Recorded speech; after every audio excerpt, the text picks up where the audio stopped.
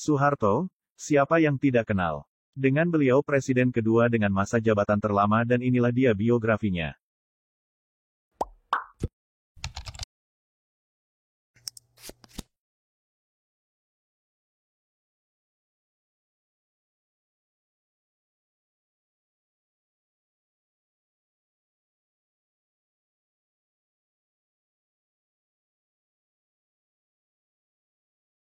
Pria kelahiran Kemusuk tanggal 8 Juni tahun 1901, mengawali karir militer di Sekolah Tinggi Militer di Gombong pada tanggal 1 Juli tahun 1940 sebagai prajurit terbaik.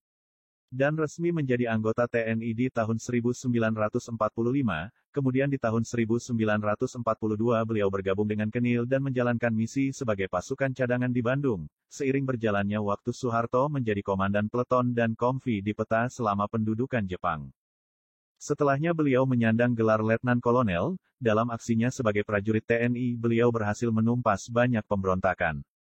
Setelahnya beliau menikahi Siti Hartinah pada tanggal 26 Desember tahun 1945 dengan 6 putra dan putri. Pasca meletusnya G30 SPKI Soeharto mengambil alih kepemimpinan Angkatan Darat. Selain daripada itu Soeharto ditunjuk sebagai pengokamtip oleh Soekarno.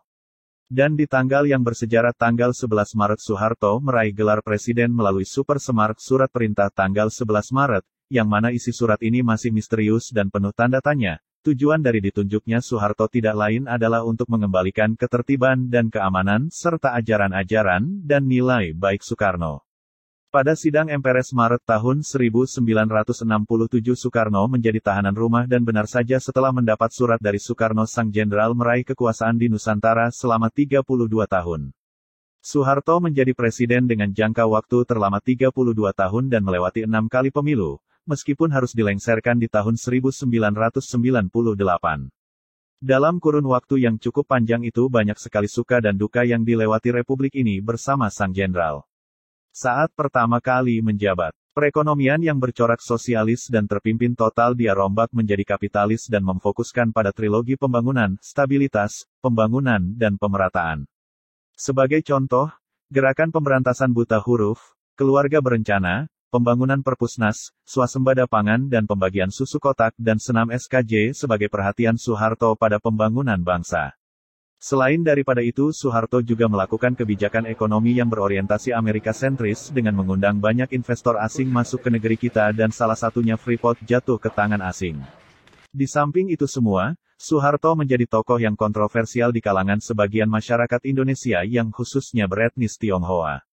Dengan pribumisasi nama keturunan Tionghoa dan surat keterangan kewarganegaraan, operasi militer Trikora di Papua Barat, pemberedelan media massa yang tidak sesuai dengan kehendak hati pemimpin siap-siap harus ditangkap dan Petrus atau regu tembak misterius. Soeharto melakukan hal seperti ini, dilakukan untuk menjaga keamanan dan ketertiban. Di zaman Soeharto berambut panjang dan bertato siap-siap hilang.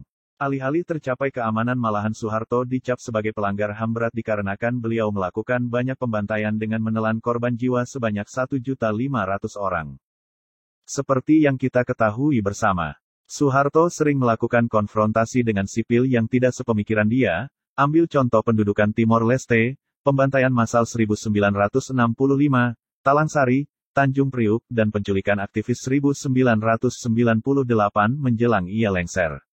1998 mungkin tahun ini menjadi tahun terkelam dalam sejarah bangsa yang amat menyayat hati dan menimbulkan luka dari berbagai macam pihak. Mengapa bisa demikian? Dari hutang yang menggunung dan pemerintah yang tidak bisa membayar hutang, KKN yang merajalela dan menguntungkan cendana dan kroni-kroninya, serta jengahnya masyarakat dengan kenaikan harga yang tidak masuk akal dan pembatasan informasi. Inilah yang membuat masyarakat terguncang sehingga banyak terjadi kerusuhan ditambah aksi mahasiswa yang mulai turun ke jalan dengan menduduki gedung MPR DPR sebagai perlawanan terhadap rezim 32 tahun yang berakhir pada tanggal 21 Mei tahun 1998 dan setelahnya Indonesia memasuki babak baru reformasi.